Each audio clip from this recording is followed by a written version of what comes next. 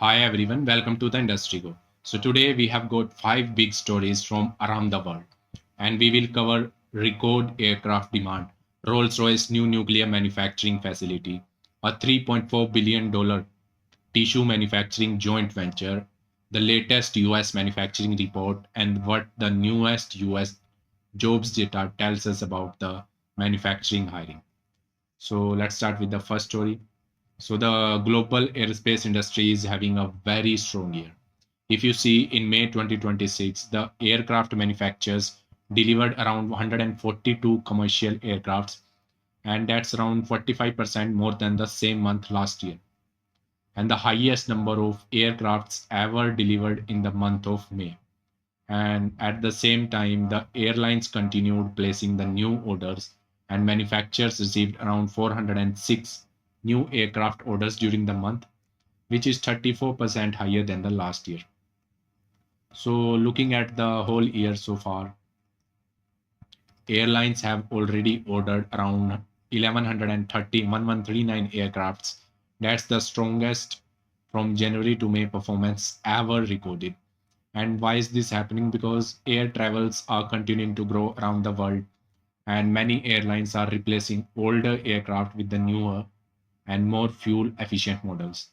And because of this, manufacturers have built up a huge order book. So today, the global backlog stands at around 16,909 aircrafts, and at current production rates, that's enough work to keep factories busy for about 12 years. And for the UK aerospace industry, this represents a manufacturing pipeline worth around 388 billion pounds. So even though supply chain challenges still exist, but manufacturers continue increasing production to meet the growing global demand.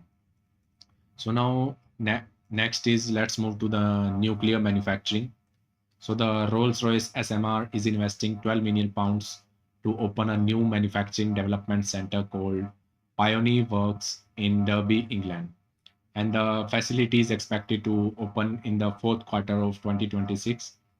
And this is not a nuclear power plant. Instead, it will be used to develop, test, and improve the new manufacturing processes needed to build small modular reactors, also known as SMRs. And the center will focus precisely basically on precision assembly, advanced testing, welding, and manufacturing high quality reactor components before the full scale production begins.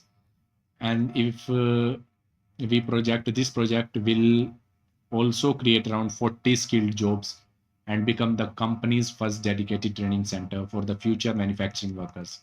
And one interesting part of Rolls-Royce design is that about 90% of each reactor will be built inside factories before being transported to the final site. And each reactor is designed to generate around 470 megawatts of electricity. That will be enough to supply around 1 million homes for more than 60 years. And the company is preparing to support the projects in the UK, Sweden, and Czechia as demand for small modular reactor continues to grow. Now to the consumer goods manufacturing, Kimberly-Clark and Suzano are creating a new global tissue manufacturing company in a deal that will be worth around at $3.4 billion. So under the new agreement, Suzano will own around 51% of the business, while Kimberly-Clark will keep around 49%. And Suzano is also paying around $1.734 billion in cash when the deal closes, and the new company will operate 22 manufacturing facilities across 14 countries and the supply products to customers in more than 70 countries. And around 9,000 employees will become part of the new business.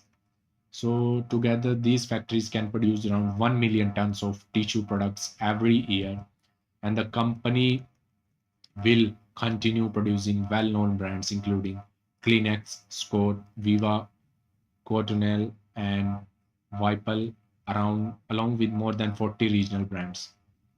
For Kimberly-Clark, the deal allows the company to focus more on its North American business and higher growth product categories. And for Suzano, it expands the company beyond pulp production into finished consumer products sold around the world. So the company is expecting the transaction to close in mid 2026, subject to the regulatory approval. Now let's look at the latest manufacturing numbers in the US. According to the for Supply Management, the manufacturing PMI reached 53.3 in June, and the reading above 50 means that the manufacturing is expanding, and this marks the sixth straight month of growth for the US manufacturing. So the new orders index came in at 56, showing that the factories are still receiving strong customer demand, and production also continues to grow, with the production index reaching 52.2, marking its eighth consecutive month of expansion. And factories' inventories moved back into growth while customer inventories remained low. I mean, that could mean that manufacturers may need to increase production in the coming months, and employment slightly improved slightly but remained below the growth level, showing manufacturers are still hiring carefully.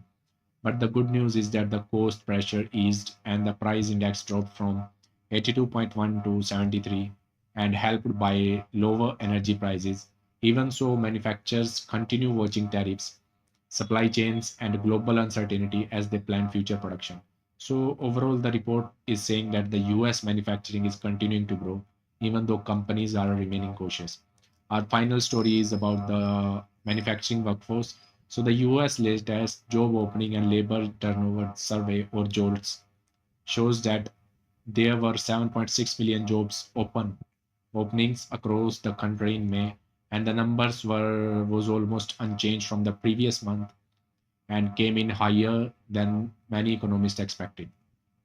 So, manufacturing was one of the industries where job openings increased, and companies continue looking for the skilled workers as they expand factories and invest in automation and advanced manufacturing. So, during May, employers hired around 5.17 million workers, and at the same time, layoffs remained very, very low, meaning most companies are keeping their current employees, and around 3.1 million workers voluntarily left their jobs, with the quit rate remaining at 1.9%. And many manufacturers say finding skilled workers remains one of the biggest challenges, especially for the engineering, machining, maintenance, and production roles. While companies are still hiring, they are also being more careful because of higher interest rates, trade uncertainty, and slower global growth.